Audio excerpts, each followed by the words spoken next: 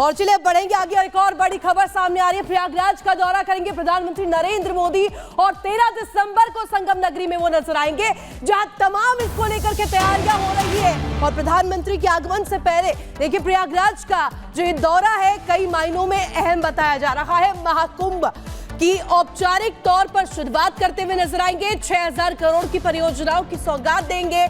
इसके अलावा श्रृंगवेरपुर धाम भी जाएंगे प्रधानमंत्री नरेंद्र मोदी और निषाद राज इसके साथ साथ भगवान राम की गले मिलते प्रतिमा का अनावरण करते हुए दिखाई देंगे। तो देखिए तमाम तैयारियां की जा रही है। इसके बाद परेड मैदान में सभा को प्रधानमंत्री नरेंद्र मोदी संबोधित करते हुए नजर आएंगे। उनके संबोधन में क्या कुछ खास रहने वाला है और औपचारिक तौर पर देखिए शुरुआत महाकुंभ की हो जाएगी। इसी के साथ 6000 करोड़ की परियोजनाओं की सौगात देते हुए पीएम नरेंद्र मोदी संगम वासियों को नजर आएंगे। इधर उत्तर प्रदेश के मुख्यमंत्री योगी आदित्यनाथ भी खुद पूरे कुंभ परिसर का जायजा ले रहे हैं, मॉनिटरिंग कर रहे हैं। सीएम योगी महाकुंभ को जानने के लिए, समझने के लिए पहुंचे थे। इस दौरान 300 करोड़ की परियोजनाओं की शुरुआत उन्होंने की और कहा कि बलिया से लेकर जहां तक कि गंगा का पानी प्रयागराज पहुंचेगा, सफाई हो रही है। सक्रिय है कार्यकर्ता सफाई करने के लिए। और इस बार कुंभ में स्वच्छ पानी में, स्वच्छ गंगा जल में श्रद्धालु डुबकी लगाएंगे। रिपोर्ट आप सबको दिखाते हैं।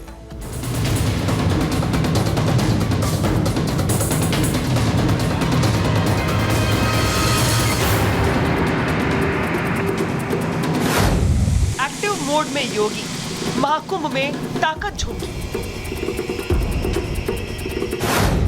योगी का वैश्विक प्लान, कुंभ में दिखेगा अभियान। कुंभ मेला की सॉलिड तैयारी, अब तक कितना काम बाकी।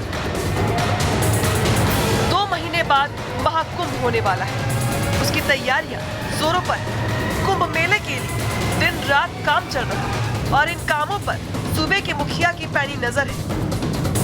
महाकुंभ की तैयारियों के लिए अब तक सूबे के सीएम योगी आदित्यनाथ प्रयागराज का कई बार दौरा कर चुके हैं। जब सूबे के मुखिया कई बार दौरा कर चुके हैं तो आप समझ सकते हैं कि कुंभ की तैयारियों को लेकर प्रशासन कितना अलर्ट होगा। आज भी मुख्यमंत्री योगी आदित्यनाथ प्रयागराज पहुंचे और कुंभ की तैयारियों का जायजा लिया। महाकुंभ 2025 की तैयारी युद्ध स्तर पर चल रही है। आज हम लोगों ने एक बार फिर से यहाँ पर शासन और प्रशासन के भी उच्च स्तर के अधिकारियों ने आकर के प्रयागराज महाकुंभ की तैयारियों की समीक्षा की है, चल रहे कार्यों का निरीक्षण भी किया है। 13 जनवरी से लेकर के 26 फरवरी के बीच प्रयागराज महाकुंभ का ये भव्य और दिव्य आयोजन होगा और ये हमारा सौभाग्य होगा कि प्रयागराज महाकुंभ 2025 के शुभारंभ के लिए आदरणीय प्रधानमंत्री जी का मार्गदर्शन हम सबको प्राप्त होगा। 13 दिसंबर को पीएम मोदी प्रयागराज पहुंचने वाले हैं, इसलिए गंगा की सफाई भी जोरों पर है। वहीं कुंभ मेले में शाही स्नान की तैयारियां भी चल रही हैं। 13 जनवरी से महाकुंभ की शुरुआत होने वाली है। 13 जनवरी 2024 यानी पौष पूर्णिमा को पहला शाही स्नान होगा।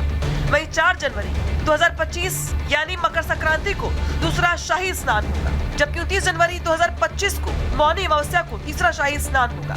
इसके अलावा 3 फरवरी 2025 यानी वसंत पंचमी को 5वां शाही स्नान होगा। 12 फरवरी यानी माघ पूर्णिमा को 6ठा शाही स्नान होगा और 26 फरवरी को यानी महाशिवरात्रि के मौके पर 7वां शाही स्नान होगा। मतलब महाकुंभ 2025 की तैयारियां तीव्र गति से चल रही हैं। तैयारियों के साथ साथ सुरक्षा के पुख्ता इंतजाम भी किए जा रहे हैं। ऐसे में साफ है कि इस बार का कुंभ मेला एक नया रिकॉर्ड बनाने के लिए तैयार है।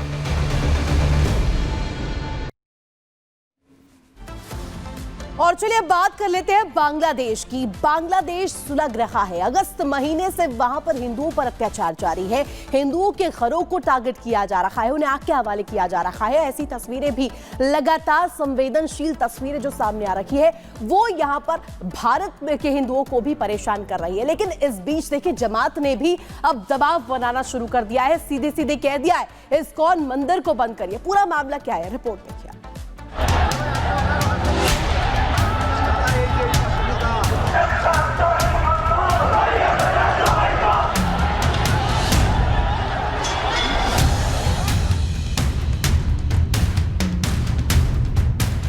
ये तस्वीरें बांग्लादेश की है।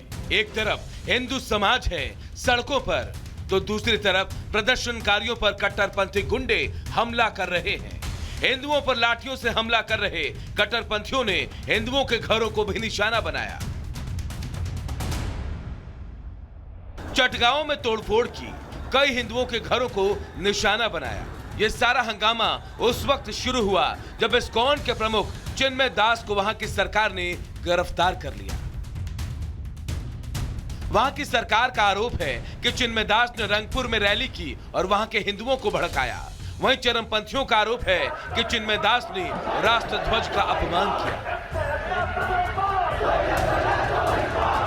बांग्लादेश में इस्कॉन लीडर चिन्मय कृष्णदास की गिरफ्तारी के बाद अब जमात इस्लामी बांग्लादेशी कार्यकर्ताओं ने इस्कॉन मंदिर को बंद करने का अल्टीमेटम दिया है। कुछ दिनों पहले जमात ने यूनुस सरकार से इस्कॉन पर बैन लगाने की मांग की थी। चटगांव में करीब 25 लाख हिंदू रहते हैं, लेकिन उनकी रक्षा करने की जगह यूनुस सरकार कट्टरपंथियों के हाथ की कठपुतली बनती नजर आ रही है।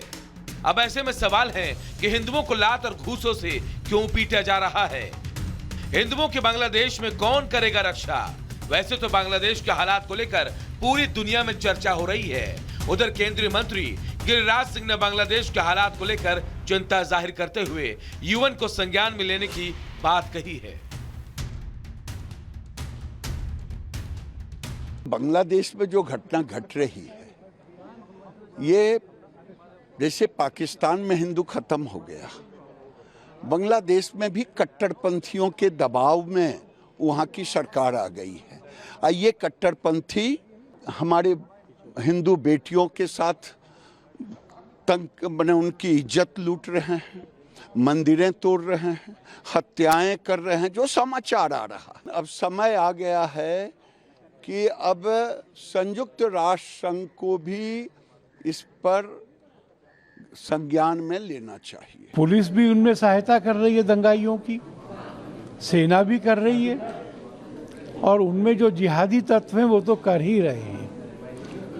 ये केवल भारत के लिए नहीं, ये केवल हिंदुओं के लिए नहीं, ये विश्व भर की सिविल सोसाइटी के लिए, उन सब लोगों के लिए जो धर्म के स्वातंत्र्य में विश्वास रखते हैं, कानून के शासन में विश्वास रखते हैं, उन सब के लिए चुनौती है। ये यूएनओ और बाकी सब पर भी एक ऐसी चुनौती है जिसका उत्तर उनको देना होगा।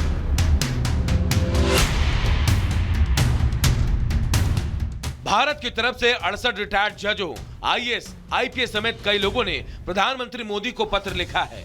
पत्र के माध्यम से इन लोगों ने पीएम से हस्तक्षेप की मांग की है। जम्मू कश्मीर के पूर्व डीजीपी शेषपाल वैद्य ने कहा कि भारत को इस मुद्दे को अंतर्राष्ट्रीय स्तर पर उठाना चाहिए।